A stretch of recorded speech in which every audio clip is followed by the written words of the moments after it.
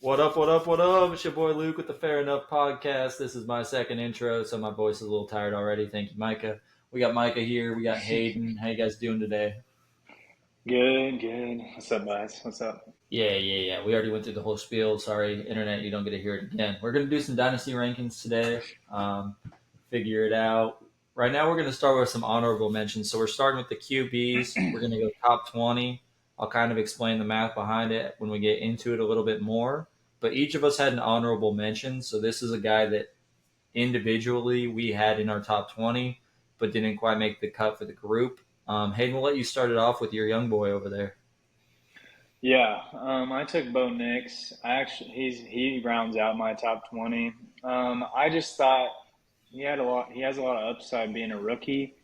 He's also going to a Sean Payton offense. I think one thing is Sean actually wants him there. I didn't know if he really wanted Russell there last year, or I think he's going to really work hard to have Bo Nix be his guy. And he's more of a pocket guy. I think that's fine. I think they want to run the ball, play action, and have him throw from the pocket. And I think he could end up being a decent first year fantasy guy that you could maybe even play depending on how well he's working in the offense. If he's just taking what it gives him, if he could score a lot of touchdowns in the red zone if they just run the ball all the way down there. He just makes the throws that are there, and then they scheme up some good plays in the red zone for him. I can see him having a decent amount of touchdowns for a rookie QB. Yeah, I definitely like the Bo Nix idea. My biggest thing is kind of what you're talking about. He's relying on passing touchdowns, as most QBs are, but I don't see a high octane offense, and I don't know the pieces around him. I had him at 25, so not like super far down the list, but still pretty high. Micah, the complete opposite side of the spectrum, you got a grandpa at the end of your list. Who do you got? Yeah, I like that a lot. I think Kirk, if you're a competing team, he should be higher on this list than he is on mine. We did like just overall um, rankings, so it doesn't really factor in where you're at. But if you're a competing team, Kirk should probably be in your top 15 to 18. And with his price right now on Consensus Dynasty, you should definitely be shopping Kirk Cousins if you're rebuilding, and you should be trying to buy him if you're competing this year. So my guy that I had in the top 20 that didn't quite make our cut, me and Mike actually both had him in the top 20. I had him at 19. Micah had him at 20 is Deshaun Watson. Hayden didn't have him in his top 25, so I don't know where exactly he would have had him. But the way that I play Dynasty, and we'll kind of talk about this as the rankings come through because it's pretty obvious, is I play for ceilings. I'm trying to win leagues. I'm not trying to get middle of the pack. And if Deshaun Watson's ceiling hits, he's going to be a lot higher than some of these guys that are going ahead of him in the Brock Purdy's, the Jared Goffs, the Dak Prescotts. I totally understand the risk. That's why I still have him at 19 instead of putting him all the way up there already. But I just think that if you get the best version of Deshaun Watson, he's better than a lot of the guys on this list. All right, so now to explain the math. It's a little complicated. It took me way too long to figure it out, but we finally got there. The way this works is each of us submitted our top 25 ranked. Took the individual rankings, averaged them out, and whatever number the average is, I ordered them 1 to 20. So the first person we have on our list at number 20 is Will Levis. I had him at 16. Hayden had him at 21. Micah had him at 23. So my 16 really kept him in the top 20 here. Uh, just a ton of upside, and he's super young. I mean, I think he has a great arm. He's athletic. He's mobile. He does things for fantasy that are going to work out. And then when you combine that with the fact that they picked up Calvin Ridley this year and Tyler Boyd, I think he has all the pieces around him to be a really good quarterback. Yeah, I'd agree with that. I had him at 21 just because I didn't know. I had to pick between better coach with him and Bo Nix. So I picked the better coach, in my opinion, because I think that really matters. And especially since Sean Payton was the play caller, I just don't know with Will Levis's new play caller if it's going to be a great thing. I know he's got more weapons. I don't know. I need to see more from him. I need to see it be more consistent. I know he blew up in a few games last year where he threw for like four tutties, on like four throws, basically. Yeah. But I want to see more of those intermediate throws and not just bombs because in the NFL, you're not just going to be throwing bombs every week. Yeah, and I think too, coaching was kind of why I had him at 16. I think Brian Callahan, what he showed that he did with Joe Burrow. I mean, I know Joe Burrow is better than Will Levis. We're not having that debate, but he really put Joe Burrow in situations to succeed. And the offense throws the ball a ton. And for fantasy, you need that as a quarterback if you're not going to be super mobile. And he's not super mobile. He just has a little. No, I agree. That's probably a good spot for him. Well, I don't think we're gonna get anything out of Micah, but He's maybe talking. he knows we can't hear him. I just don't think his internet likes you, Hayden, because we were having full conversations before you got on, and now it's just like, nah, I don't want to do anything anymore.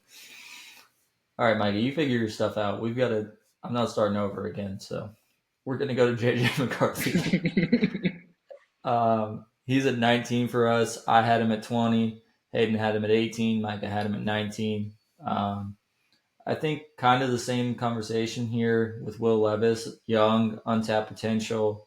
Uh, I'm assuming that you have him one spot ahead of May, um, which I guess I'm giving a little bit of spoilers, but you have him one spot ahead of May. I have him lower. And is that just offensive fit for you on where he went versus JJ? Yeah, offensive fit, offensive coach, really is just a big deal in the NFL for me. Um, Kevin O'Connell is a really good play caller, and then you got Justin Jefferson and Addison, and they've got a decent running back in Green Bay's running back who came over, and their tight end. They've got a lot of pieces. I think he could excel. It just depends on when he gets in there. But for the long term as a dynasty goes, I think he's in a better spot as far as Drake May, just because of coaching and the fact that he doesn't have any weapons. Am I Welcome back? back, Micah. Welcome Sorry. He's back. so back. He's so back, baby. I had to switch to my phone, so my Welcome. my sound quality won't be as good, but at least I'll be here. So You are present now. I am present now. Now Can you're you? upside down. I can't wait to post this to TikTok. I'm just letting you know right now. This whole sequence is going to be up there. Micah, the IT All guy. right. So what I was trying to say about Levis is I think he has one of the highest out of my 20 to 25. He probably has one of the highest ceilings, but also the lowest floor, and that's why I have him so low. That's all I was going to say on him. That was So good insight. See, we missed that. Thanks for yeah, fixing your mic. Okay. yeah. Do you have anything to say about JJ McCarthy before we move on to that one? I just think he has a lot. He has a higher, just as high a ceiling as Levis, and a lot lower floor, in my opinion. He may be a rookie, but I just think I've seen. I haven't seen as much downfall as I saw from Levis last year. He had some pretty rough patches, but he also hasn't had anything to go off of at all in the NFL. So, um, but he's young, a rookie, and first round QB, and I mean, you always got to take a little bit of stock in those. So, Yeah, no, definitely agree with everything that was just said. I like JJ. I just I think Levis's ceiling is way higher than JJ's. That's the only pushback I would have. But I definitely agree with the floor point of Levis has looked really, really bad at points in the NFL and in college. You saw a little bit of that too. So I think you can kind of compare that baseline to JJ coming in. All right. Up next, we have Brock Purdy at 18. This is considerably lower than a lot of places. Keep trade cut is what we used for kind of our consensus ranking. They had him at 14. This was one of the farthest off that we had as a group, at least. So I had him at 22. Hayden had him at 14. Micah had him at 20. So Hayden, probably good on you for keeping him in the top 20 for the podcast sake, because if we didn't have him in the top 20, we probably look really dumb at the end of this year. Um, Yeah. I do acknowledge that I think that he's going to be very solid QB2 for this year. My problem with Brock Purdy is that I don't know if he's good. And I know how that sounds based off how he plays, but in his system, I think a lot of QBs would succeed. I think San Francisco is not going to pay Brock Purdy. I think they've watched what they've seen from him. They know that he's a solid floor player, but they could probably replace what they get from Brock Purdy in the draft. Kyle Shanahan has tried to sign multiple people even since Purdy's been in the building. They tried to get Tom Brady. They tried to get Kirk Cousins. They've tried to replace him in certain ways and haven't had the opportunity to do so. My problem with Purdy is that if he's outside of San Francisco, I don't think he's fantasy relevant. I think he still could get a starting job somewhere else, but I think instead of being that QB 13 to 16, he'd be a QB 22 to 23, and I just don't care about having that on a roster unless I absolutely have to. Yeah. I mean, I agree with that. If he wasn't on the Niners, I wouldn't be putting him at 14. I mean, he would honestly probably even be below 22 where you had him. But the whole reason I have him there is because of the 49ers. You know, they've got all those weapons. Shanahan is the coach. And I just think, I don't know whether they'll sign him, but I think it depends on what happens this year. They almost won the Super Bowl last year. Literally, they almost beat. And if it's not from Mahomes and like Kelsey and those guys, he probably already has a Super Bowl ring. And if he has that, then he's for sure going to be their QB. If they were to somehow get back and not face Mahomes and win it, because the only way I think if they could get back and not have to face Mahomes, they could probably win one. And if that happens, I think they'll sign him. Just because I think Shanahan knows what he gets in him. He knows he can control him in a way that he likes to, and he'll run the offense the way he wants it to be ran. And I just think that matters for a guy like Shanahan. So that's why I have him at 14. And then just for the fact that he was in the MVP race last year, I think he'll be right back in that race, top 5 guy. Yeah, I think my pushback on that would be even if the 49ers do sign him, if he won a Super Bowl, then at that point he's going to be in the 50 to 55 million range. And you can't have Christian McCaffrey, Debo Samuel, Brandon Ayuk, and George Kittle on the roster. So he has to elevate people, and I don't know if he has that in him. If he does, I'm going to be so brutally wrong on all of these takes that I have about him. But his talent is so low compared to a lot of these guys as far as pure talent. So I'm going to bet on talent all the time, and sometimes that doesn't work out, but that's just the way that I'm going to play it. What do you think, Micah?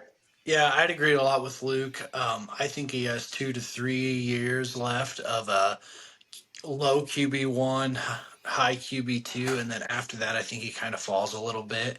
And so I think after that 2 year mark is where I kind of have him tapering off. And that's why I still have him in my top 20, but just on the edge because I think towards those end of the years, he's going to be more of a 25, 26 type quarterback instead of a low 12 to 15. Yeah. And so, I just think it's hard to get rid of a guy who, even though he doesn't do a whole lot, it seems like it's just hard to get rid of one when you know he can get you where you want to go, which is the Super Bowl. I think it'll be interesting to see how teams handle this, and the 49ers will be one of the first teams to try it out because Brock Purdy's getting you there on a rookie contract. And you see a lot of these teams pay people like Daniel Jones, who Daniel Jones got not to the Super Bowl, but to the second round on that rookie contract. And then you pay him $40 million, and he's just not good enough to elevate the people around him when he doesn't have the roster to elevate him. So I think you might see teams test this whole 5 years, 4 years, because he wasn't a first round pick, move on from the rookie, draft another one, fill the roster out the way that it was until you get a Mahomes, a Lamar, a Josh Allen, a CJ Stroud, something like that. But no one's done it yet, and then we keep paying people like Dak Prescott's going to get $60 million this offseason. But do you think that's because they may run into getting like a Trey Lance? Because let's be real, if they would have kept Trey Lance playing in there, they probably don't even make the playoffs. No, it's fear. It's 100% fear. And so you have to figure out if you can get another Brock Purdy. And I think what they'll do is they'll just draft players now instead of waiting till the year after Purdy leaves and be like, okay, I got something here or I don't. And if they don't have anything, they will re-sign Purdy. You're not going to just be like, go away. I don't have an option, but we'll figure it out later, But I just be like, I think they'll be testing the waters. Get out of here. We're going to just try something completely different. Hey, Jimmy G, come back. Jimmy G might be out of the league by then. I think Jimmy G might be out of the league now. Okay. That's a tangent. Okay. Drake May at 17. I had him at 15. Hayden, you had him at 19. Micah, you had him at 21. Um, really high on Drake May. I see all the stuff that we kind of talked about with the JJ conversation about May's offense. Same thing. I'm going to bet on talent. Drake May has endless talent. He is probably, one of the best talent prospects we've seen in a while. Definitely needs a ton of work. I really hope the Patriots don't play him this year. I think that would be great for his career. Um, his ceiling is Josh Allen and his floor is Daniel Jones, and there is a lot of room in between there to really be great or bad. But dude's arm is phenomenal. He's athletic, so for fantasy wise, like he's going to be able to get you points on the ground. He's going to be able to get you points through the air. I just don't know if the Patriots have good enough weapons right now, but for Dynasty, I'm willing to wait on that. Yeah. Uh, I just, talent wise is why I kept him in the top 20. Location of where he went really made me just kind of lose some faith in him, I guess. And that's tough to say because I haven't even seen him play yet. Maybe he can overcome some of that, but I just don't really think their coach is going to make it. And I know he hasn't even coached yet, but I just I could see Drake May having a new coach here in like 2 or 3 years, and I just want to see him get past that and see what can happen. It'll also depend on who they have an offensive coordinator. Maybe he can have an offensive coordinator alongside him since Mayo's more defensive minded. He can have somebody who's going to keep Drake May improving and refined because he's kind of raw. So I mean, like he's got that aspect of like Mahomes where he came in, he was raw. He needed somebody to refine him a little bit. I just don't know if they have that person right now. So I think he's going to be really loose with the football, and they don't have a whole lot of weapons. So if they do play him, I think he's just going to be really trying to push the envelope when there's nothing really there, and it can get him into a lot of trouble. So I actually had him at 17 looking at my rankings. Um, so we have him a little higher there. We probably have him closer to Dak because you have me down there as having him as 21, Luke. But I have him at 17 on my rankings. Um, Way to way to go, Yeah, mathematician. it wouldn't change the number. He'd be right at 17. But so I kind of split the difference between you two because I like what I see from him, but I'm not gonna put him in a top tier until I see a little bit more. But I also with a like I said with JJ, he's a first round pick. He even went a little higher. Um, he's just got a big arm, big body, and he's just got a lot of potential there. And so that's why I have him so high up there at 17 with the rookie coming in. one thing too about being those high first round picks is you get unlimited chances. I mean, you're looking at Sam Darnold right now, who a lot of people think JJ's taking over eventually, but Sam Darnold gets to start, and if he performs, he'll be the quarterback all year. And if he performs this year, he'll get another shot, kind of like Baker Mayfield, because Baker Mayfield was the number one overall pick. When you're a top three, top five pick, you continuously get chances even if you fail. So if New England doesn't work out, he'll still be on a roster. He'll still get a chance to start until he basically plays himself completely out of that. I mean, even Zach Wilson is on a roster, and Zach Wilson has been one of the worst quarterbacks we've watched for the past 5 years. So when you get that high draft capital, it really gives you a lot of leeway to play with for sure. And even if he has one bad year, like say he plays bad this year, he's still going to have at least a decent amount of trade capital. I mean, you're still going to be able to get a little bit just because he was that first round pick at one point. It may not be what you paid to get him, but you're still going to be able to get a little bit of your value back if you lose faith in him. You see stuff you don't like, but somebody else sees something they like. You're still going to be able to get a little bit of that value back out of one of those guys. Yeah, exactly. Yeah, especially with, I mean, Hayden, all of us really have been talking about location, location, location. Like, that's the reason we don't like him. And if it comes out and, like, New England's receivers are obviously not getting open and they're not making plays, like, you're going to be like, Drake May's still good. Like, come by Drake May. His receivers just suck. Yeah, and I somebody's mean, always got to take the fall for that. Like Mayo may have to take the fall. I don't know that Kraft is going to keep waiting like he waited with Belichick. I think that was just because he was Hall of Famer. yeah. Yeah. He didn't want to do something that made it look bad. I mean, yeah, and Belichick won what, like 6 rings there. Like, what are you gonna do? Fire the guy? Like, come on. He made you all of your money. He made you Kind of famous. kind of earned it. All right. Moving on from May, going a little up in the age range here. We got Jared Goff at 16. So me and Hayden both have him at 17. Micah has him at 16. Um, I really just think for the next 3 to 5 years, like Micah was talking about, he's a QB2, and you can plug him and play him at super flex if you have a super flex league, or if I mean, if you're a two QB league, you can play Jared Goff every week and feel very comfortable with getting 15 to 22 points somewhere right in there, and pretty much no dud weeks, pretty much no spike weeks in Dynasty. That's super valuable. Yeah. I just think, he's got so many weapons. They kept their offensive coordinator like they didn't think they were going to. And honestly, the way it sounds, he may even be there after this next year just because of the things he said and the way his mindset looks. I mean, and Jared Goff's proven to be that above average type of guy. He can lead you into shootouts. I mean, last year they got in several of them at home.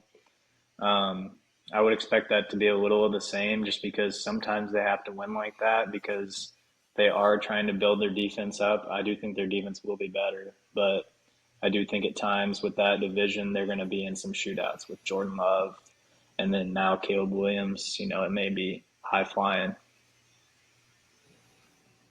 Yeah, Yeah, he's the same with like you talked about Kirk earlier.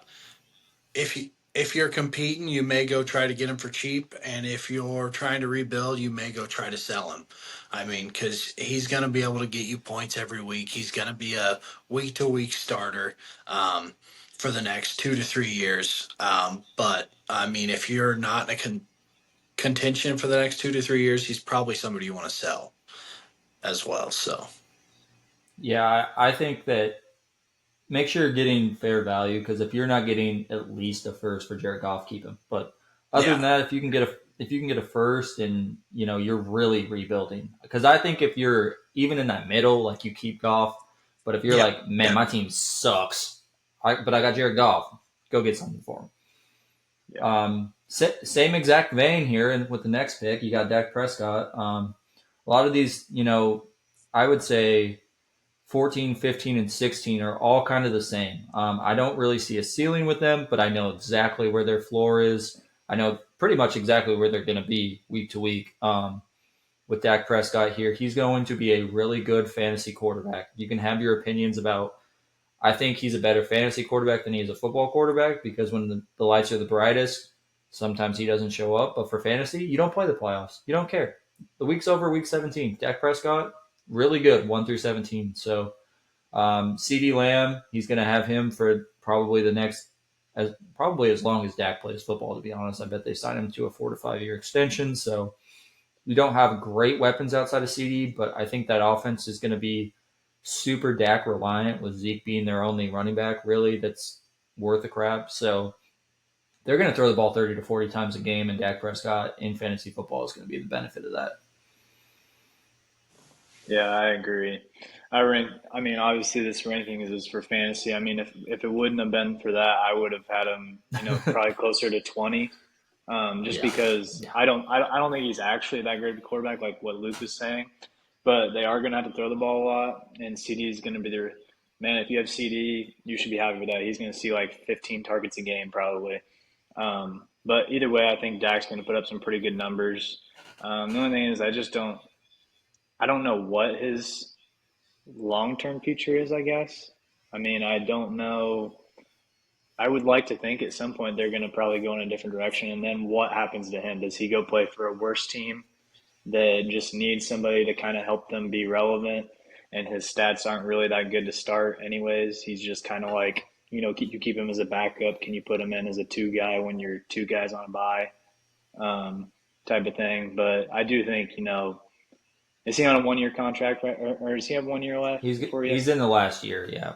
Yeah. So I mean, like you know for sure you're going to get a guy who is going to give you some good stats this year.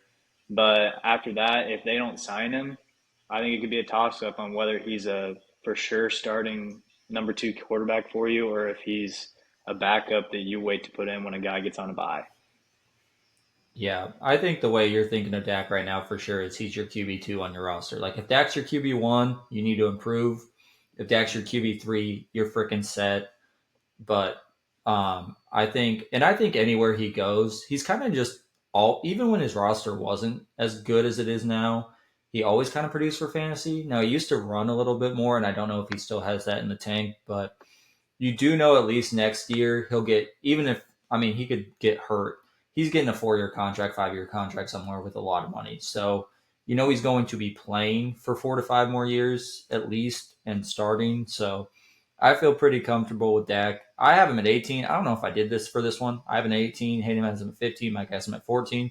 So I am a little bit lower. And like you talked about, that insecurity with not knowing, I just don't like that. So I moved him down a little bit, but I don't think it's so much you need to be super worried on the other end either. Yeah, I think he's always gonna, he's gonna play. But the thing is if he ends up going to a different team, if he has a good line, and if he Yeah. has a couple of weapons, because Yeah. I just think he's not a guy that can will your team to wins and stuff like that. Yeah, my thing is he's always going to put up good numbers, and so that's why I have him here.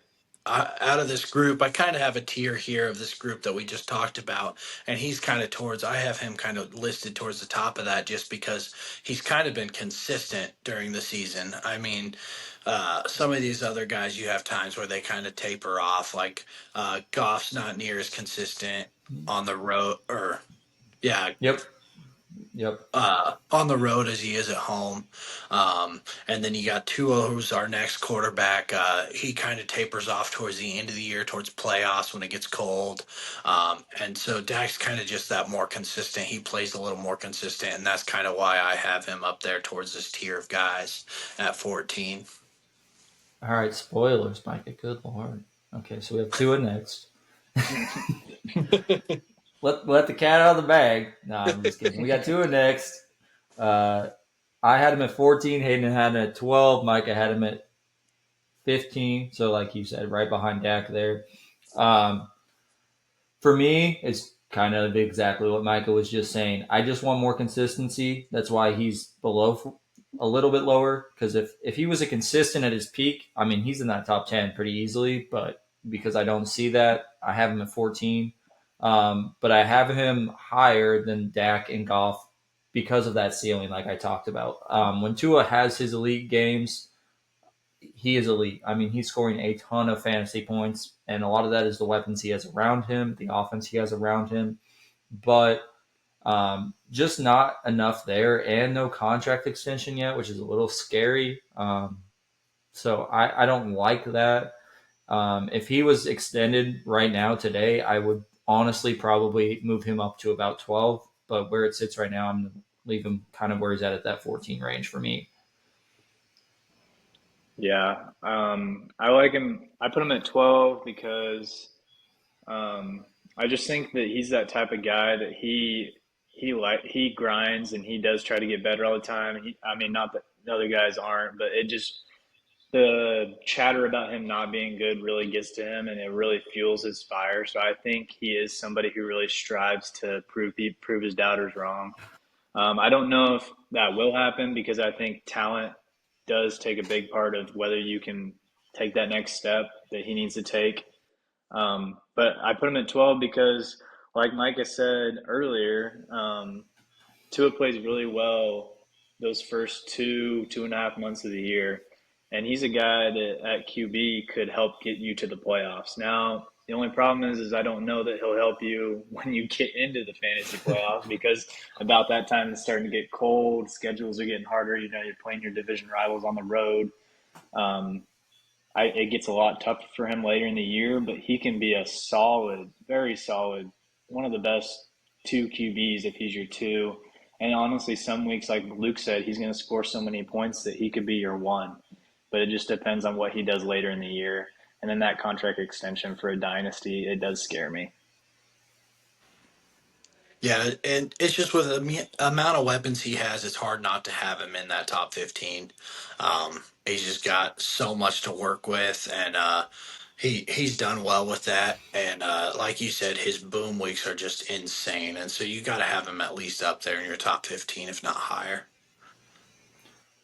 Yeah, I also think too that he's somebody that doesn't really have the value. Like I know, like if you look at consensus and like where you say, but I feel like if I went and offered somebody something for Dak, I could get more out of Dak than I could get out of Tua, and I feel like that's weird. I feel like most there's Tua is so polarizing. Like somebody loves Tua in your league and somebody hates Tua, and it doesn't. I don't feel like there's that same polarity with a lot of quarterbacks. So that's always something that's really been weird to me. That's why I traded him to Micah in one of our leagues last year. You got a big pull out of that one.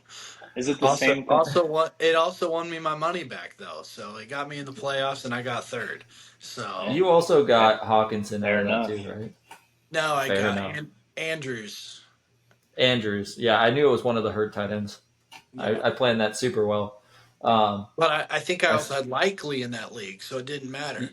No, you I had did okay. McBride. I had McBride. McBride took off at the end of the year, so it didn't matter. Do you Of think course, of course, I had Tua's McBride. Do you think Tua's kind of like Dak in the essence of he's going to get a 4 or 5 year contract if he doesn't get signed by Miami, or is he different to where he may not even get signed long term by another team? Yeah, Because that's the only thing that's a is good what question, Hayden. scares That's a me good is question. because I think like you said, Dak's proven enough to where he could win later in the year. I mean, he hasn't done it, but I think he shows more of that ability to throw it later that he's going to get signed, like you said. But Tua, I think everybody just digs at him so hard with the he can't play in the AFC in the wintertime. So like I guess maybe if he went to the NFC, played in the dome maybe. Yeah, I think if he went, I think he could go NFC and go somewhere. He would get a contract. I don't know how long term it would be. So I think he might be looking like a 3 year, Yeah. 150 if he goes somewhere else. But he'll be a starter for the next 3 years in the NFL, barring another concussion or something like that. The concussion thing is also scary. That's the other thing that I was going to mention. Um, when I went into that Dak tangent, that was irrelevant because I had something on my brain, and then I started talking, and I'm like, "Crap, I lost it." It was a concussion thing. Okay, we're back. We're still Hey, there we go. back. Came full circle. All right, Came full circle. full circle. All right, we got Lawrence at 13. So I have him at 11. Hayden, you have him at 16. Micah has him in a couple leagues, so the bias pushed him up to 10. Yeah. No, I'm just Ho- kidding. Honestly, the main reason I have him up so high is, I mean, he was, what was he, a top 20 quarterback last year? And he played a majority of the year hurt. I mean, Yeah. he he's one of those guys. He's tough. He's gonna fight through injuries, so you don't really have to worry about playing him. Like, I mean, he's gonna be there, um, and yeah, he's not proven himself as a top tier quarterback, but he's still a viable starter, and especially in a super flex league, probably a good QB2. But he also still has that ceiling that he could really take off, get the right weapons around him. He could really take off, and so that's the reason I like him so much. Yeah, I have him at 11, and I'm with you, Micah. Again, ceiling always gets me. Hope always gets me. But if you're looking at Trevor Lawrence, if he has a good year, he's already been in that top 7 to 8 range. It's easier for people to get back into that than to completely jump people that have never been there. So I think if he has a good fantasy year, that he'll be there. My thing with Lawrence is I think you're punting this year for a top 12 QB. I don't think there's any way that I see it that he's in that range. His weapons aren't good enough. I don't think Doug Peterson is that good of a coach. That pains me to say because I loved him when he was with Kansas City. Then he went and won a Super Bowl. He looked like a genius. Ever since then, I don't know if he just lost his edge or what it was in between there, but like the play calling last year was abysmal. A lot of things were not ran very well. You lose Calvin Ridley, so now you have Christian Kirk, Evan Ingram, and hopefully the rookie Brian Thomas pans out. But I still think long term, Lawrence is still very young, and so that to me really age was the thing that kept him above the people that I have below him. Like when we're talking about Tua, Dak, and Goff, and you're having that conversation, I just think give me Lawrence, give me the 3 or 4 extra years, and I'll take my chances that he figures it out at some point. Yeah. I had him at 16 just because of just the way he's been performing. And I've had him in I think the last 2 years I've had him in two of my PPR leagues. They're not dynasties, but either way, he hasn't been doing what I want him to, and he's been my top QB out of the two that I have, and he just doesn't perform that way. So I put him more towards where I would have a QB2. And that's just why I think last year it was because of injuries some, and then Doug Peterson not exactly calling the right plays when he needed to. I don't know if Doug Peterson will improve that next year. They also lost Calvin Ridley, and they do run the ball okay at times, but at other times they're very inefficient because I have ETN too, and his yards per carry is not great a lot of the time. A lot of the time he scores maybe just because he gets a touchdown. But I just think, like you said, he's young. I think he's going to have a lot of years worth of starting left. I think that's a reason why I would for sure make sure to keep him. Maybe if you could get some sort of good trade out of him to where it gets you equal value, you could move him if you're just tired of him. But I think he's going to be in that QB2 range. I don't know if I see him ever moving up to a QB1. I think I've had enough years to see his talent, and I don't know if it's QB1 worth. Yeah, I would very much disagree on the talent thing. I think he's crazy talented. If you told me Trevor Lawrence, we have our rankings, 13. Let's say we do this the whole year. Next year we're doing our rankings. If you told me he was our consensus 18, I would not be surprised. If you told me he was consensus 7, I would not be surprised. I think And this that for year's me right there is why I don't know that he could be a QB1 for sure. If I can see him being oh middle of the pack yeah. QB2 or like just barely making it into QB1 range, I don't know if I don't know if I see it there. Maybe different coach Yeah. makes a difference or different players. The other part that's hard, and I'm looking at the list here, I think only Joe Burrow would fit this from people we have above him. He runs so little. I don't think he's like a bad athlete, but he never runs. And when you're looking at everybody above him, except for Burrow, they have some sort of rushing baseline that they usually hit or have a lot more athleticism to hit that. I'll kind of touch on that with one of the people later where I think they're going to run a little more than they have in the past, but he doesn't run. He's got to throw passing touchdowns pretty much super efficiently to score fantasy points, and that's one of the other reasons that I kept him at 11 instead of moving him up. So, speaking of rushing baselines, what a segue. We got Jaden Daniels here, number 12. Um, Phenomenal athlete. Probably top 3 or 4 athletes at the position, and he hasn't even played it down yet. So, for me, I have him at 10. As a group, we have him at 12. Hayden has him at 13. Micah has him at 13. So I'm a little bit higher. I think I'm a little higher on all of the rookies, to be honest, except for McCarthy. I had lower. The rest of them I have higher.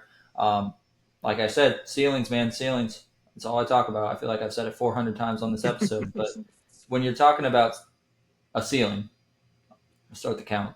Um, Jaden Daniels probably has one of the highest out of anybody in fantasy football. He has a great arm. He's super athletic, and I think his offense is set up very well for him to succeed. So that's why I have him at 10 here. Cliff Kingsbury, you can question how good of an actual coach he is, but when it comes to coaching for fantasy points, he is a dream. He loves to run his quarterback. He loves to throw the ball 40 times a game. So for me, from a fantasy perspective, Jaden Daniels is just literal untapped potential. Yep. And I only put him at 13 because I just think being a rookie, he's young. He's going to make those mistakes. He might have a couple big game that really hurts him fantasy wise. And then, like you said, Cliff is going to run him a lot. I just want to see how that slender body holds up. If he runs like Lamar, then I think he'll be fine. I mean, Lamar hasn't really had too much injury problem, but Lamar's really freaking fast and can juke people out to not get hit. If he runs like Anthony Richardson, he's going to be hurt in week 2. He's going to be done for the rest of the year. So I just want to Well, see. yeah, I really hope that Jaden Daniels doesn't throw his 160-pound body around like Anthony Richardson throws his 260-pound body around. If that happens, dude, like literally first game, if he's trying to truck stick people, his dynasty ranking's going down to like 35. I promise you. Fair enough. Fair enough. It may not matter, though. He may get hit, and it may not matter. He may have been trying to get away. Yeah. Yeah, I just like you said, his ceiling. I love his ceiling, but I just got to see a little bit before I can put him up too much higher. Just because I've seen out of everybody above, I have above him, I've seen enough out of that I'm pretty confident in that, and it's hard to put him, who I haven't seen yet, out on an NFL field. It's hard to put him above the guys I've already seen and that I have above him already. So. That's why I've got him at 13 instead of any higher. But his ceiling is definitely QB1 range for sure. But just gonna have to see it this year. Yeah, and by QB1 range, you mean actual the first quarterback at the top of the list because he could. I mean, seriously, that's his ceiling. But okay, next up, Kyler Murray, who Micah has one spot ahead at 12. Hayden has at 10. I have at 12. Averages out to the group at 11. Somebody else go ahead. I feel like I've gone first every single time. Yeah, I like. Oh, go ahead, Hayden. No, Oh, no, go ahead, Micah. Sorry, I was just telling you. So I've got a lot of stock in Kyler Murray just because I like the guy. He's a little smaller, but dude can run. Dude can throw it pretty decently. Um, he's just last year after he came back, he looked so good. Now you got him a first round pick wide receiver.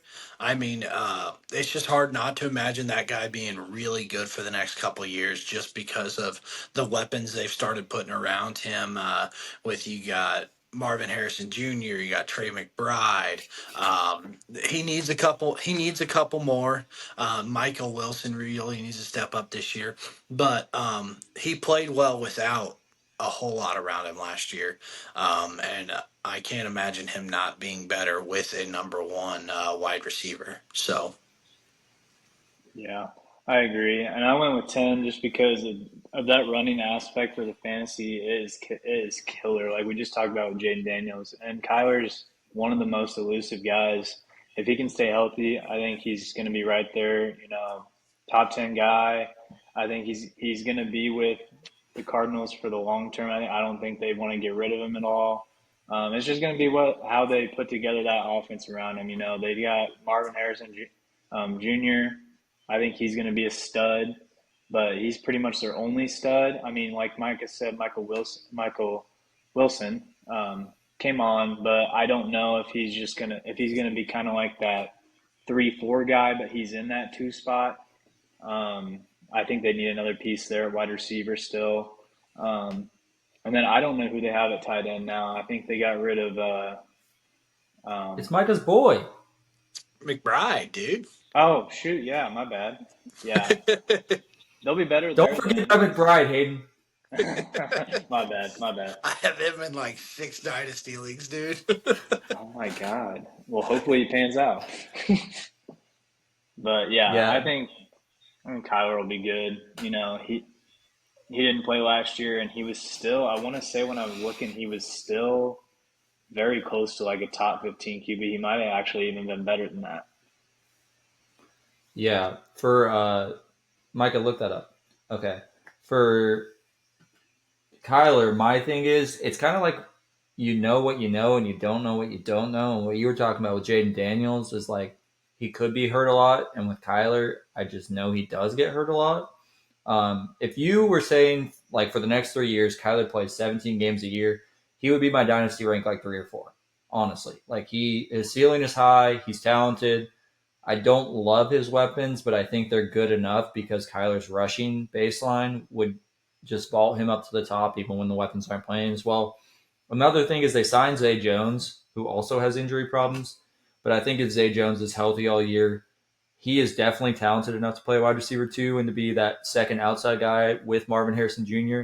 and then add in Michael Wilson to kind of take the top off a little bit. And Zay Jones is a good deep threat as well.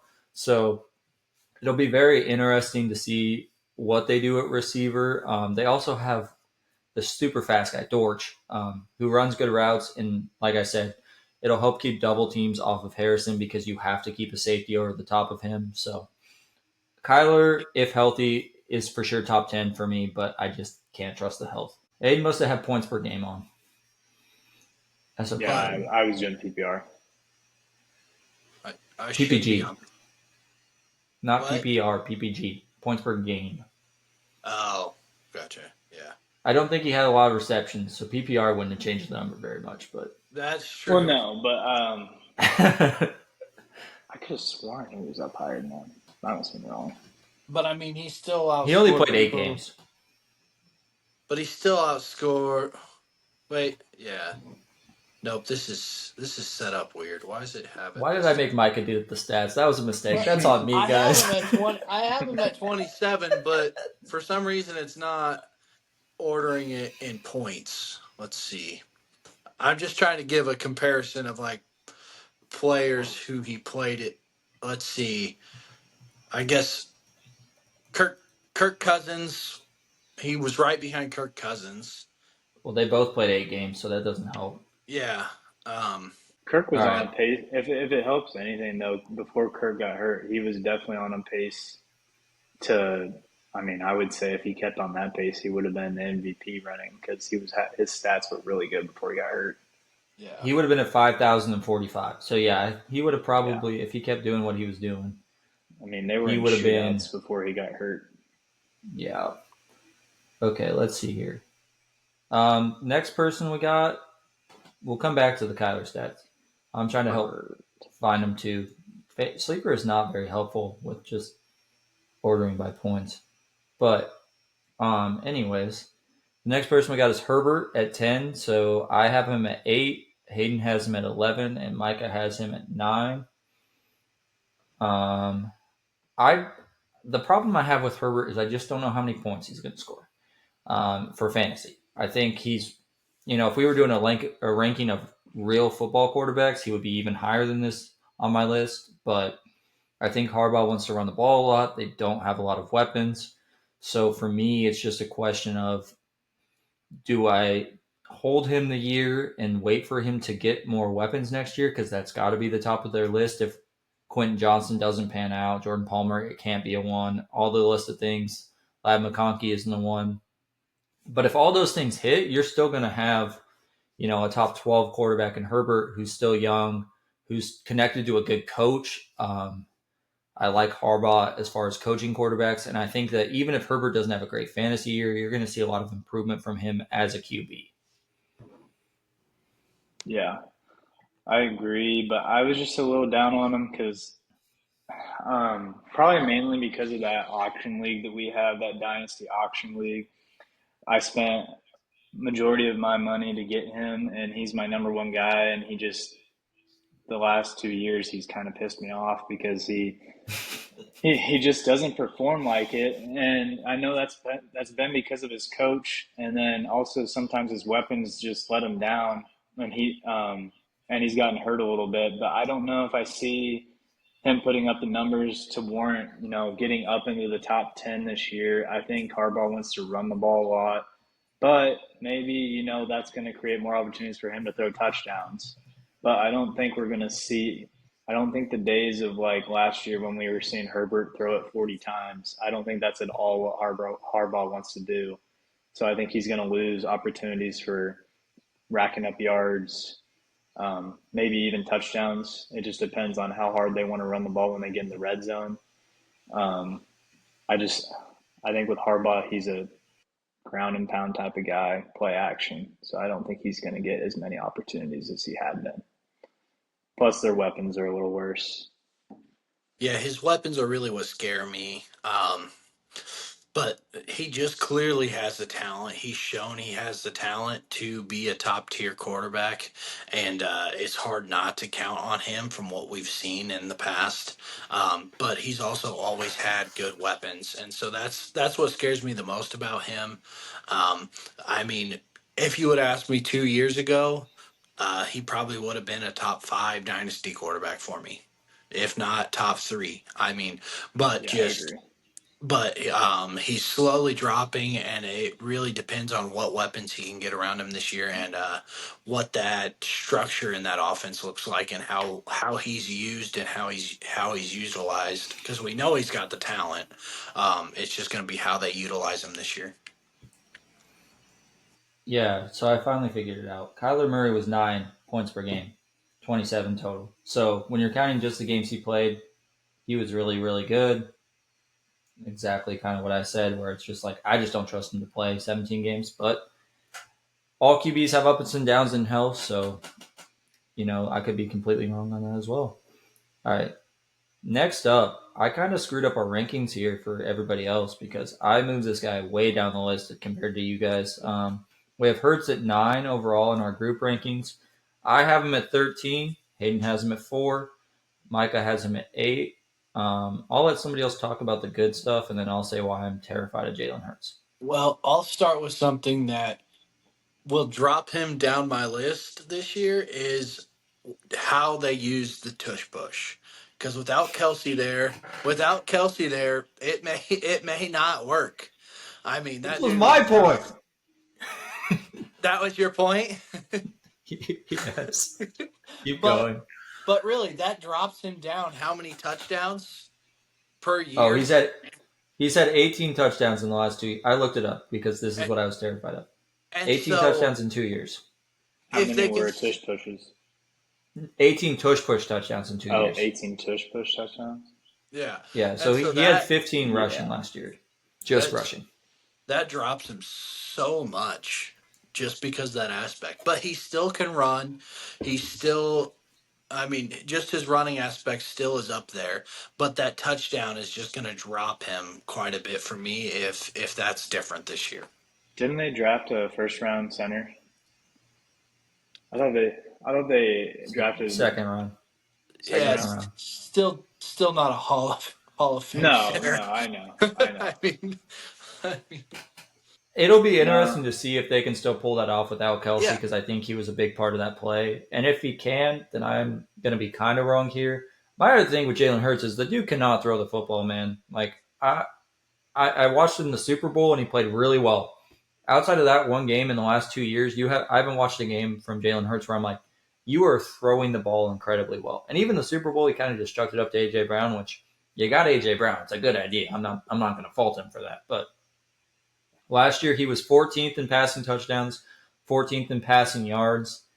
I also think Nick Sirianni's on the hot seat heavily. And I don't know what Jalen Hurts looks like. Every year he gets removed from Steichen. Last year it was you see this with offensive coordinators and quarterbacks when an offensive coordinator kind of fixes a quarterback and then they lose him, their game falls off a little bit. So I'm just terrified of Jalen Hurts in a lot of different ways. Obviously, this is not a trade chart. This is a ranking. If somebody came to me and offered me the 13th best, quarterback trade package for Jalen Hurts, I'm going to say no. But if I'm in a startup, for me, Jalen Hurts is pretty much untouched. Yeah. I was high on him just because I think that Saquon addition is going to be huge for them.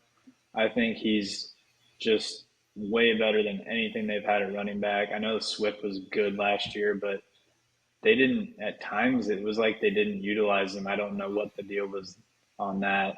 But he's definitely not, he's nowhere as consistent as Saquon is if Saquon can stay healthy. And I think that's going to allow Jalen to still be able to run the ball really well. It may not come in the form of tush push. Like, then he may not have, like, I guess he had 18 in 2 years. So, I mean, he may not get 9 this next year, but he may get 4 or 5 of those maybe because they're still going to do it. I don't think they just go away from that. I just think it may not work as often.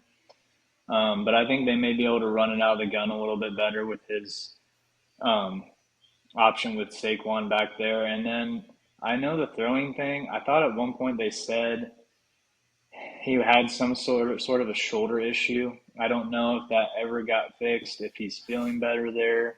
I don't know if that was just a lingering effect. It got bruised and it just never healed throughout the year. But I'd like to think he's going to at least throw a little bit better than he did last year. It was just a bit abysmal. And I feel like if you can do that in the Super Bowl, then you can throw. So I felt like a little bit of that last year was his injury. The shoulder injury was last Super Bowl year. So if he had lingering effects, that's a huge problem. If it was still affecting him coming into the season, and maybe it is maybe that's why his throwing, because his motion was off a lot of last year too. Like there was, I thought it was Steichen, but it could have been injury, and if he gets that fixed, then he still could be the guy that he was. But I like I said, I'm not out on Hurts as far as if you have him, don't get rid of him, keep him, do everything that you have. I'm just not going to be acquiring any new pieces because I'm scared, and I am Yeah. plain scared. And It's I'm just going hard. against my ceiling argument because Jalen Hurts' ceiling is way higher than people I have ahead of him. But Yeah. It's just sometimes I hard for play me to scared. not have him up high where I do because of all those weapons. Like it would be hard for me to put him down where you were at with Devontae Smith, AJ Brown, Goddard, Saquon, and probably, I mean, their line definitely got worse, but I would still say that's a top 15, top 10 line. I mean, it's just hard for me to put him that low. It was shocking to me because the way I did this was I was just like, who would I rather have, this person or this person, this person or this person? And when I got down to it and I looked at it, Hurts was at 13. I'm like, what? That Yeah. doesn't Oh, feel right. what? Oh, So I was like, should I change it? And I'm like, I'm gonna stick to my guns. I'm gonna do it the way I did it. And like I said, there's times in life where I've been incredibly wrong. This could be one of them. Could be right. I don't know, but I'm not gonna just change it to look better. I'm just gonna leave it where it's at. And if I'm right, I'm right. If I'm wrong, I'm wrong. Luke just wants to be controversial. Yeah. Hey, call me Skip Bayless. Get them clicks. Get them clicks up. We could use some clicks. Yeah. If I was trying to be controversial, I would put him at 25 or something. Just said he's terrible. He's awful at football. He's Now, talking trash. about controversial, I have Caleb Williams, which is our next quarterback, at 11. That's not that So controversial, Micah. I was trying to get a good segue, okay?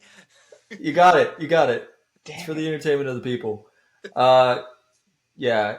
Well, you could have just said where I have him is But controversial. yeah, but It I was can right see it. there. I can see it. Um, I mean, Luke has him at 4. Hayden has him at 9. I have it at 11. So we have him 8 overall. I'm just not huge on rookies. Rookies kind of scare me. But he does have a huge ceiling with the way they built around him. But Chicago's just not had good luck, so it kind of scares me on getting a Chicago quarterback. But the way they built around him and the way they set him up to succeed as a rookie is definitely promising for his career. And so you've got to keep him in close to, at least close to the top 10, at least a QB1 for the next 5 years. So, uh, yeah. Yeah, I agree. I'm right there with Mike. I have him a little higher. I think he's gonna be. I think he's gonna be a stud. I do one. I do. The only thing that really worries me in is his coach. I don't know if Eberflus is going to be there. He may have to go through a coaching change depending on how they do this year. But that could help him in a way. I mean, I think he's going to be top 10 worthy this year. If he gets a really good coach next year, he could be top 5 like in an instant. And with those weapons, I mean, and a lot of them are there for the long haul. I just think he's in a really good spot as far as offense, and that's big time in fantasy.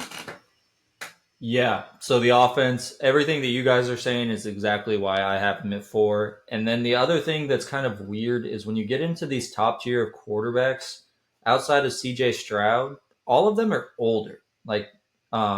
I guess Anthony Richardson too, but like Mahomes, Allen, Lamar, Love, Burrow, they're all 27, 28, as opposed to Caleb Williams being 22. So for me, it was a mix of you have 6 extra years to play with. The offensive pieces he has around him are elite, like the elitist of the elite that the number one pick is probably ever came into. Having DJ Moore, Keenan Allen, who are both solidified wide receiver ones at this point in their career, and then Roma Dunze, who was an elite talent coming out. So you at least have DJ Moore and Roma Dunze for the next 3 to 5 years as it sits now. And then Shane Waldron coming in, he's a new OC. I don't know how well he's going to do, but I do know he's going to throw the football a ton. He came in from Washington, so he's out of the college game. You saw how many times Michael Penix threw the ball last year at Washington. I imagine he's going to kind of fix that up a little bit, but he'll also. I just mixed up two different people. Shane Waldron came from Seattle, but they threw the ball a lot too, so it is what it is. Anyways, point being, they're going to throw the ball a lot, and he's got great weapons around him.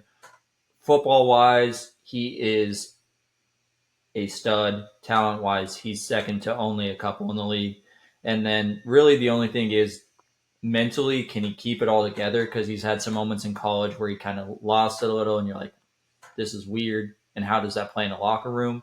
But I think over time, he's going to get used to how he leads and his leadership style. And for me, it's just like I have, 15 years of a quarterback here as opposed to 8. And that's why I have him at 4. Yeah. He's definitely got that potential. I just didn't, just because of basically him being a rookie. And it's the Bears. The Bears part is the scary part, yeah. Good thing we didn't do this last year because I would have had Justin Fields really high. So fair. I'd look really dumb. Next up, we have Joe Burrow. We group ranked him at 7. Luke had him at 9. I had him at 6. Micah had him at 7. So we're all right around there in that area. He's a top 10 guy. I'm a little higher on him, I guess, probably than the other two. I just think this year he's going to probably explode as long as he doesn't have an injury. He's still got his weapons that he had back when he was having MVP type seasons. The only thing is the long-term future. I don't know what's going to happen with T. Higgins. He may be gone, but he gone. As far as the draft goes, you can get wide receivers all the way up until the mid-second round that can be studs. I mean, it's just every year there's like 7 to 10 guys who could just pop, and you never know where they are. So you're always going to have a chance to get one.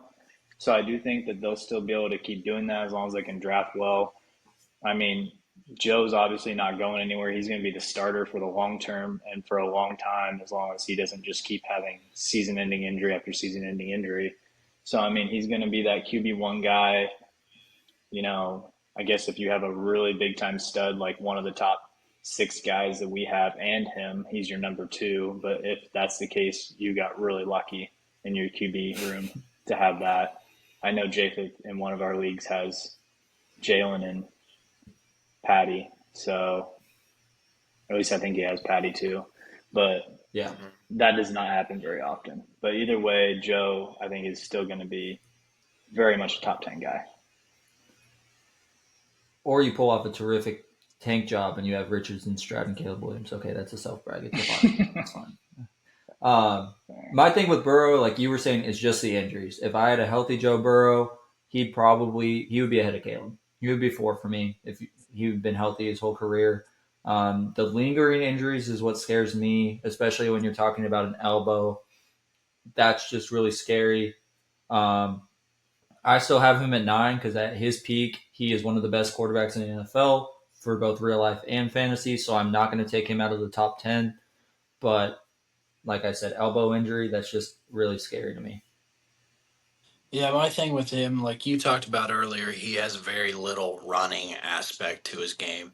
The rest of these quarterbacks I have above him have somewhat of whether it's Love and Mahomes, who have more of a scramble type run to them, or you have the Allens, or I guess Stroud would be more in that scramble, or you got Allen, Lamar, and Richardson, who just have an absolute amazing running aspect to him, and so that's really the difference between him. He doesn't have much.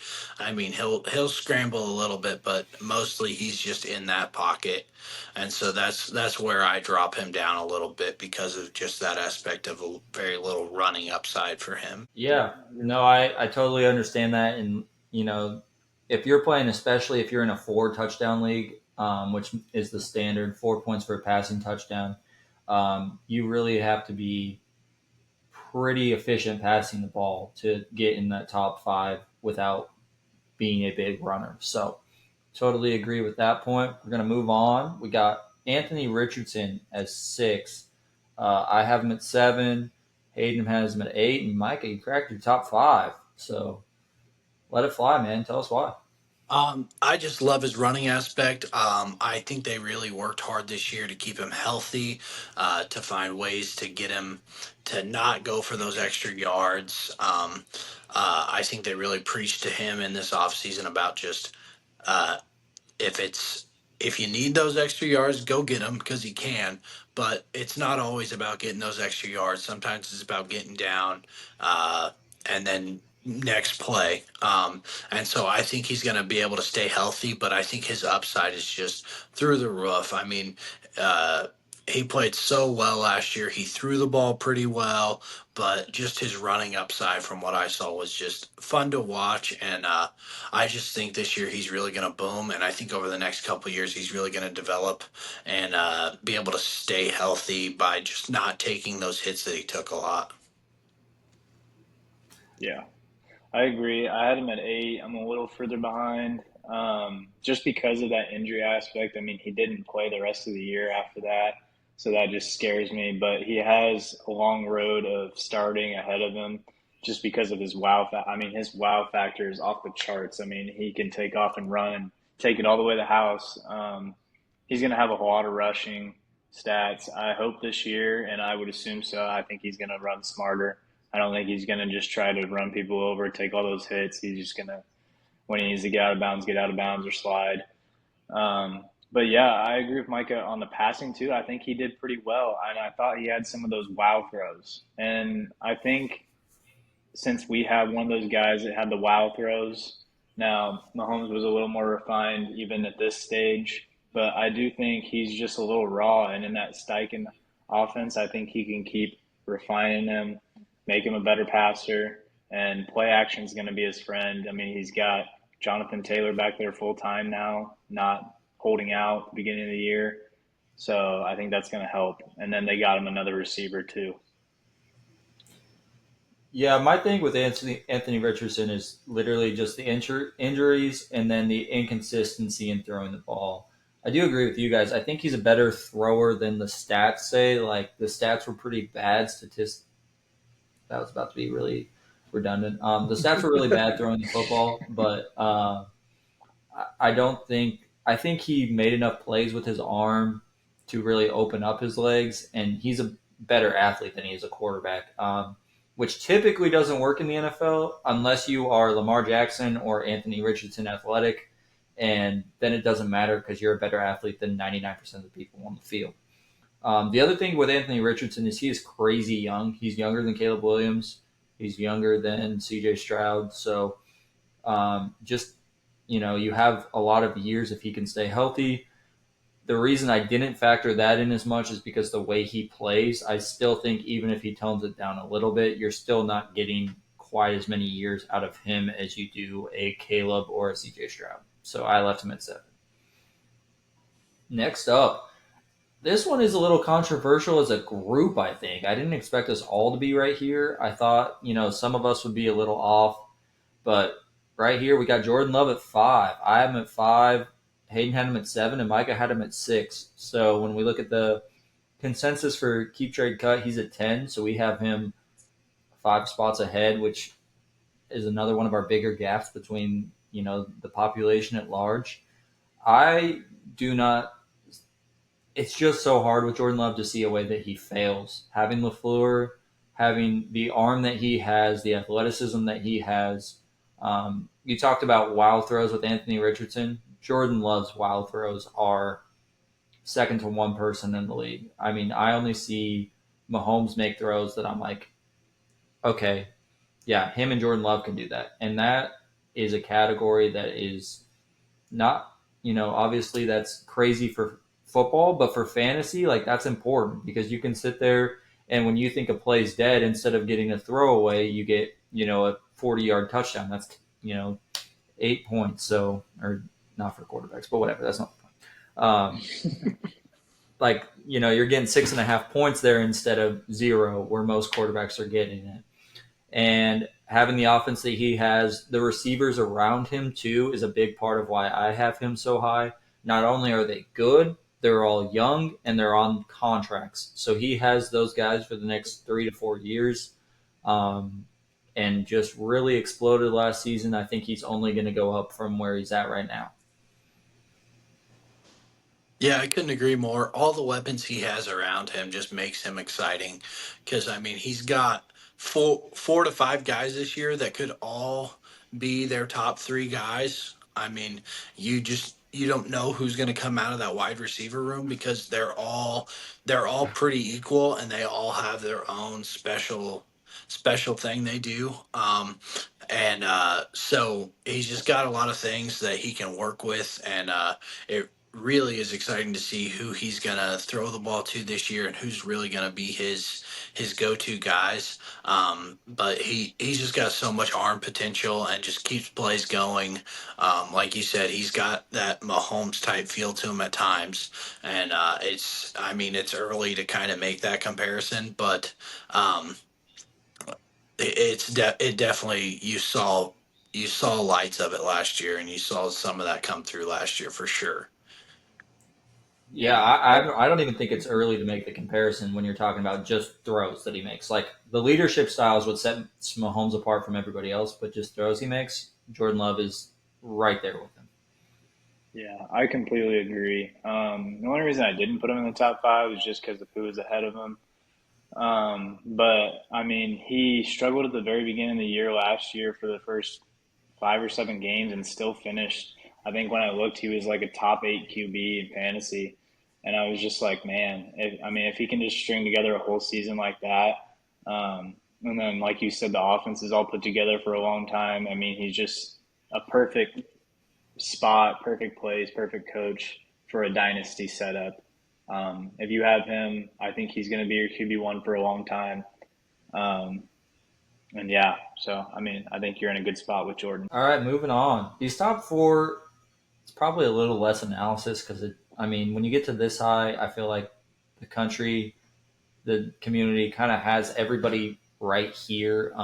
The order can be a little mixed, but at 4, we got Lamar. I have him at 6. Hayden has him at 5. Micah has him at 4. For me, it's just when you're breaking down these top guys, I think Love's longevity is higher than Lamar, and that's the only reason that I have him ahead. Lamar, if you're trying to win now, Lamar is one of the best QBs to have in the league because he's going to be in a position to win you every single week with a good game, especially with that rushing upside. So, not a lot new to say about Lamar. He's really good at football, and for fantasy, he's one of the best that there is week to week. Yeah, I think the reason that I had him above Jordan Love is just because he's done it more often. If Jordan had another year under his belt of doing just what he did this past year, I probably would have put Jordan Love up there. Um, but Lamar's just shown each year, as long as he doesn't get hurt, he's going to be that top 5 QB with his rush stats. And then when they play some opponents that don't guard the pass well, he's going to light them up. Yeah, his running aspect is just what sets him apart from a lot of these guys. He he's just going to go get you a lot of points on the ground that a lot of these guys are just not going to be able to get you. And that's why I have him up there at 4, is just because the running aspect of being able to just take off and go, make people miss, and just get those extra yards. Yeah. All right. CJ Stroud, we got him at 3. So I had him at 2. You guys both had him at 3. My biggest thing here, again, age. You get an extra 5 years. And the other thing with Allen for me that was a little tricky because Allen's ceiling is a lot higher with his rushing baseline than we've talked about a lot. But I saw some kinks in Allen's game last year with his throws and his throwing motion that was maybe a little him being removed from Brian Dable. And then I'm like, okay, is that going to continue to get worse? Is it going to get better? That was just enough for me to move him from 2 to 3 in my book. So it's not like I'm low on Allen by any means, but Give me CJ Stroud and the weapons he has around him compared to Josh Allen and the weapons he has around him. Yeah. I had him at three. That's just basically because I think Allen and Mahomes are the two of the best, probably the two best QBs in the league right now. Um, I think he's going to be really good. Their offense got even better. The only thing is the other two just run a little bit more, and they can get those big running stats. I mean, those just add up. And then I actually think that Stroud does run. He does run a little bit, but not as much. But I think Stroud will play really well. He's going to be competing with Richardson all year, and in the first year he put up top five stats. I think he'll just continue to do that. The hard part for me here is Stroud has those weapons. He's going to be able to go do stuff, but like my thing is with Allen, even without a lot of weapons, he's still gonna go get you fantasy points with with his legs, and he's just gonna find a way to get you points no matter what he's got around him. And so it's hard for me to drop him down too much, especially when you've seen year after year of consistency and playing well, and that's really just what set those two apart for me in the next 5 years. Stroud's just got so much more around him, and that's uh, what's tempting there. And so those two are pretty even for me. I just think Allen's going to be able to go get you points no matter what he's got around him. So Yeah, and this is where, maybe at some later date in the future we can talk about tiers because CJ Stroud and Josh Allen would be in the same tier for me. And it's like if I'm really competing right now, Josh Allen is above CJ Stroud. If I'm starting a new team, CJ Stroud's above Josh Allen, which is how I did this thing. So for me, like Josh Allen, honestly, Josh Allen's probably my number one QB for like competing teams. I mean, even over Mahomes, just because of that rushing upside. But when you combine the two aspects for me, I just have Stroud a little ahead. We kind of mixed Allen into that conversation. He was our number two. Does anybody else have anything they need to add on Josh Allen before we move on to number one? no, I just think I I kind of talked about it both just because we had those two. One of Yeah. us had them above, one had them below. They were right there. So Yeah, I would just say that I think the Stephon Diggs move could be actually really beneficial for him. I think he's got that diva type, and I mean, he's not a hardcore diva, but even if you demand the ball and your personality, you kind of let it affect the team. I think it kind of affected Josh Allen a little bit there in those last few years. I think that could be more freeing, and he could just let the ball flow to whoever's open and not feel the need to just force it to him. And I also hope that that doesn't hurt CJ is having him. He's acted like he's going to be a good team player, but that doesn't always happen if there starts to be some games where he's not catching balls. So that would be the only thing I'd add to that. I think that Stephon Diggs got a 1 year contract with Houston for that very reason because he Yeah, knows that he has to make money next year. And if he's a diva this year, again, in the third place, teams aren't going to sign him for that big contract. So I think that was really smart by Houston's front office. And I think it helps Josh Allen football wise. I'll be interesting to see if it helps him fantasy wise because, Diggs was always someone where you're getting basically a free 80 yards when he was playing well. And it'll be interesting to see if Curtis Samuel, Keon Coleman can really get open and make that happen from a fantasy perspective. But what you're talking about football wise, yeah, everything's going to be great for Josh Allen. So yeah. that takes us to our number one. Shocker here, the three Chiefs fans. We got Mahomes, 1-1-1. do we need to say more? Yeah, I mean, three times. Probably not really. I think there's a lot of people that would have Allen one for fantasy perspective. I just think Mahomes' career is longer than Josh Allen's because of the way that they play. That's the Yeah, only reason that I have Mahomes ahead of him. Obviously, for football, better it's kind of been coach. decided. Yeah, that definitely. But I don't know how much that matters for those two fantasy wise. But football wise, it's huge. I But think it matters just for the fact that they're both can get out of sorts a little bit. Like you were talking, since yeah, he hasn't had Brian Dable, he hasn't thrown the ball as well.